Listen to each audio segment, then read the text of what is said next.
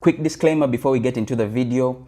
I already went through this whole process of handing in my details, or rather submitting my details and my tax form in order to have access to my streaming revenue. So I won't be able to take you guys step by step through the whole process. However, if you haven't filled in those particular details yet, there should be a pop-up somewhere on your Distrokid, in your Distrokid account or Distrokid layout.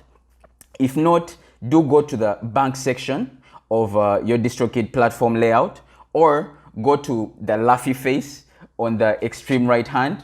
It's my right hand while I'm facing the computer, or while you're facing the computer, and click the drop down arrow. Once you click on that, go to payout method, and somewhere there it must show that in order to get your payouts, you need to fill in proper tax details. So yeah, let's get right into the video. Hey guys, welcome to another Ask an Artist vlog, and today we are going to be looking at how to access your royalties in Distrokid. So I have been uploading my music through a digital distributor since 2019, and since then I've managed to upload about 11 songs through this distributor. If you do not know what a digital distributor is, it's basically a platform that distributes your music, you submit your music to, and it gets distributed to the multiple streaming platforms out there, such as Apple Music, such as iTunes, those are kind of the same thing, such as Spotify, such as Deezer. It just puts your music out there. And since then, I wasn't really familiar with how to go about collecting my royalties. So I decided to take it upon myself to learn, and that's what I'm going to be sharing with you guys in this video. So as mentioned in the title, I'm going to be focusing on Distrokid because that's what I use, and that is what I'm going to be talking about. That's the company I'm going to be mostly talking about whenever you hear me talk about streaming revenue, whenever you hear me talking about royalties. That is the angle from which I'll be explaining, because that is what I have on the table. So in the 3 years that I have been uploading music to Distrokid, I have made about $4.15 from music streams in that period of time. Not a lot of money. I'm still an upcoming artist, probably just like you, and I'm just learning these things on the fly. But now that is out of the way, I want you guys to, I want to tell you guys what you should expect to learn or get from this video. Disclaimer, you're going to see me looking away from the camera, looking down here. I have my laptop set up, so I'm going to be reading a couple of things. And the first thing that you should expect to learn, or expect me to share with you guys in this video, is where I find my royalty reports. What are royalty reports? That's basically the breakdown of how the royalties have come in, how your earnings have been coming in, from where, and which services, which songs have brought in most earnings, all that type of stuff. We are going to look at where you can find the surface level royalty reports and where you find the detailed royalty reports as well. The second thing is I'm going to share with you guys what personal details I had to submit in order for me to be able to withdraw my royalty payments. The third thing is I'm going to share with you guys the payout methods through which Distrokid allows me to withdraw my streaming revenue. And the fourth thing, which I believe is a very key aspect in this entire process, is which tax form I had to complete and submit as an artist who's from a place or a country that doesn't have an income tax treaty with the US. Now, just keep watching the video. I know that may be confusing a little bit, but I'm going to explain what that is further down the line. And yeah, I hope I'll be able to execute to the point whereby you'll be able to understand it in a simple way. So first, where do I find my royalty reports? So when I log onto my Distrokid, I'm brought to a place that shows my releases. That is the first page I see.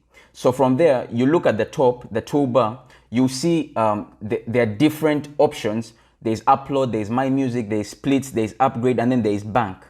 Now, I select bank, and once I click on bank, what happens is I'm brought to a page that shows basically my total earnings from the time I joined Distrokid to date. Now, I'm not sure how far back they go, because for me it shows 2019, but that's what it is. That's what it is. So it shows my total earnings from 2019, October 2019, when I joined, to July 2021. And it basically just gives you an overview. The first thing you see is an overview, the total, which is $4.15, like I mentioned, and yeah, it shows here that I made a withdrawal as well. You can see that. Another thing you can take into consideration here is you can look at a breakdown of your earnings by artist, right? What this means is basically people that you've collaborated with and you have splits with. Yeah, that's it. It shows basically whoever you've collaborated with and did splits with within Distrokid. It shows how much each of you has earned off of the songs that you uploaded to Distrokid. So here you can see I've collaborated with a friend of mine, Majesty, and these are the streams or the sales that that we've made. You can see my sales as well here over the period of time that I've been on Distrokid. We go back and you can now see the breakdown by song as well. All the songs that I've uploaded, which are 11 songs, you can see a proper breakdown of how each song performed, the number of streams they got, and how much money each song made you. So I feel like that's important because it gives you details, just allows you to kind of be cautious of which songs are performing better than others. That's how I look at it as well. Which songs are performing better than others. It can probably also help you with your strategy, but that's a story for another day. What this shows you is basically what each song has, each song has pulled in for you as an artist. The third thing you can take a look down, the third thing that you can take a look at is the breakdown by service. So what this means is which streaming service has brought in most revenues, or what amount of streaming revenue has each service brought in. So here you can see iTunes has brought in $0.31. iTunes Match, you can once you have Distrokid, you can just take a look at you can click on the what's this to see, you know, what exactly iTunes Match is, or you can just Google. There's Apple Music, there's Apple Beats One Radio. You can just take a look at the different streaming platforms that are tied to Distrokid and where your music is, that you can now see how each particular streaming platform performs in terms of streaming revenue that they bring in for you as an artist. So after seeing that breakdown, let's go back to bank. After seeing that breakdown, you can also go into excruciating detail as it's shown here. You can see excruciating detail on which particular songs brought in what earnings. That means you see the exact amount which songs brought in, the quantity, which means how many times it has been played, how many times it has been streamed, and how much that brings in. So you can see here the details, the earnings, they go into 0.000227 USD, 0.31, you know, USD. It's so much detail. It's crazy, so much detail. But then once you get in here, you can just get to learn what each thing means. I'm just trying to show you guys exactly how or exactly where you guys can find your royalty reports. So that is where you can view how you're performing, which songs are bringing in what royalties. The second thing I would like to share with you guys is what personal details I needed to submit in order to be able to access my streaming revenue. So when you come back to the Distrokid platform, what happens is you take a look at the toolbar again at the top, and you select the face, the laughy face at the extreme right. It's on my extreme right. You click on it, it has a drop down arrow, and you move down to the payment method, the payout method. Once you click on that, it will take you to a page that basically shows the payout methods, which I was going to share as my third, that I wanted to share as my third piece of information for you guys. But basically it's come earlier here. You can see you can be paid out by e-check, by direct deposit, through PayPal, through wire transfer, and through physical check. Personally, I went with PayPal, so you're not going to see me go through the other options.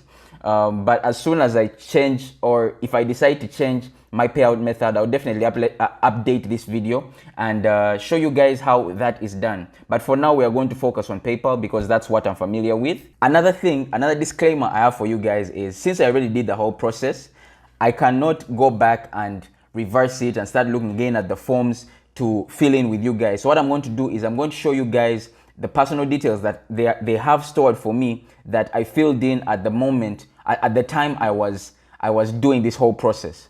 So in order to access those details, you come to this link that says update your Tipalti settings. Tipalti is Distrokid's payment processor, as you can see on the screen. So you click on that, and you enter your password, right? That's entered. It will bring you to a page that basically shows four options, a route of four options: the address, the payment method, the tax forms, and then done. So the first page is going to show your details as you entered them when you're applying to withdraw your royalties. So these are my details, and these are details as they appear on my bank records. Now in this case, because I told you guys I'm using PayPal, PayPal is my bank at the moment. So as you can see, the first option here is they'll ask you the type of business that you're running.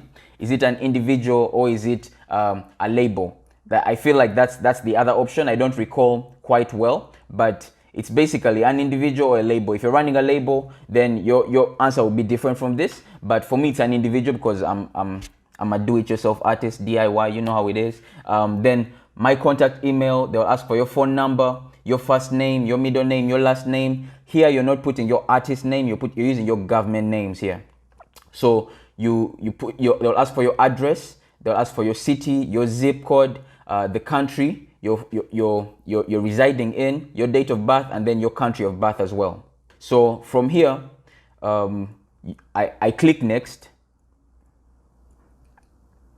and now I'm brought to a page whereby I can select my payout method. Like I already mentioned, I use PayPal, and the different options are right here. Like I mentioned, I'm going to be sticking to PayPal because that is what I'm used to.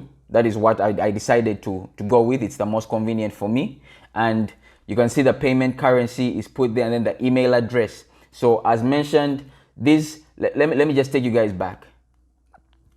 So these particular details that you see here, the details that I entered are details that are connected to the bank records. Now, these bank records that we're speaking about, these bank records are dependent on what payout method you use. So these bank records are going to be for my PayPal and not for my actual bank account. So that's just something to keep in mind. So back to the next phase. We are taking a look at the payment method. I already told you PayPal. Next. Here we're brought now to the tax form review. So when you're going through this process for the first time, you'll be presented with different tax forms to fill in. One will be for US citizens. Another one will be for non-US citizens who come from countries that have income tax treaties with the US, hence giving them tax exemptions. And another form will be for non-US citizens that are from countries that do not have any tax treaties with the US. And that is the form that I had to fill in. This particular tax form is called the W8BEN tax form. Now, during my research, I realized there's a lot to learn when it comes to tax forms, and I'm honestly still learning. However, what I've managed to gather is this particular form, the W8BEN tax form, certifies you as a beneficiary of the income collected by Distrokid, which is legally known as a withholding agent or payer. And it also identifies you as a foreigner or a person that is not from the US. I know that might sound like a lot, and if you need to just run it back and re-listen to it, it might take a couple of times before you really understand it. If you want to learn more about these tax forms, I have some links in the description that you can just check out and probably just learn at your own pace as well. Now, just to explain the income tax treaty part of this video, I've been saying that I've just been using that term this whole video, and I just felt like I should explain it right now. What I've gathered around that is, if you're a person from a country that has an income tax treaty with the US, what happens is, or what I've managed to gather is, you are exempt from paying certain taxes to the US. That means the money that you'll be withdrawing from Distrokid or whatever platform you use to distribute your music will not be taxed in the same way that someone like myself, who's from a country that doesn't have that particular deal with the US, is going to be taxed. So I haven't done so much research in that because that is it's not applicable to me. It's not something that I am doing. But if you want to know whether your country has an income tax treaty with the US, I've put a link in the description showing the countries that have this particular treaty with the US. So you can go ahead and check that out. You just might be lucky. Anyway, the W8BEN tax form is essential to you accessing your streaming revenue. And what I've found in my particular details or information is that these seem to be the most important form details because they are what are shown in the back end. They are what are shown as what I submitted. So the first thing is your name, which is your government name, your permanent residence, and your mailing address. So what it looks like is the most important part seems to be your physical address. They want to know that you're a real person and there's an actual place that you stay. One thing to note is that if your details are not correct, if they feel like they're not, like whatever details you're submitting are not genuine or they're fraudulent, that will stand in the way of you accessing your streaming revenue, and it defeats the whole purpose. You find yourself going through a bigger hassle. So try to be thorough as you fill in this particular form. After you've completed the whole process, look out for an email that's telling you you've just updated your payment details, and then you should be able to withdraw. One thing that I would like to add is, as a non-US citizen that is from a country that does not have an income tax treaty with the US, my earnings are subject to a 30% tax rate. Yeah, 30%. Which means that from my $4.15 streaming revenue, I managed to get $2.66. That is after the banking fees and applicable tax have been deducted. So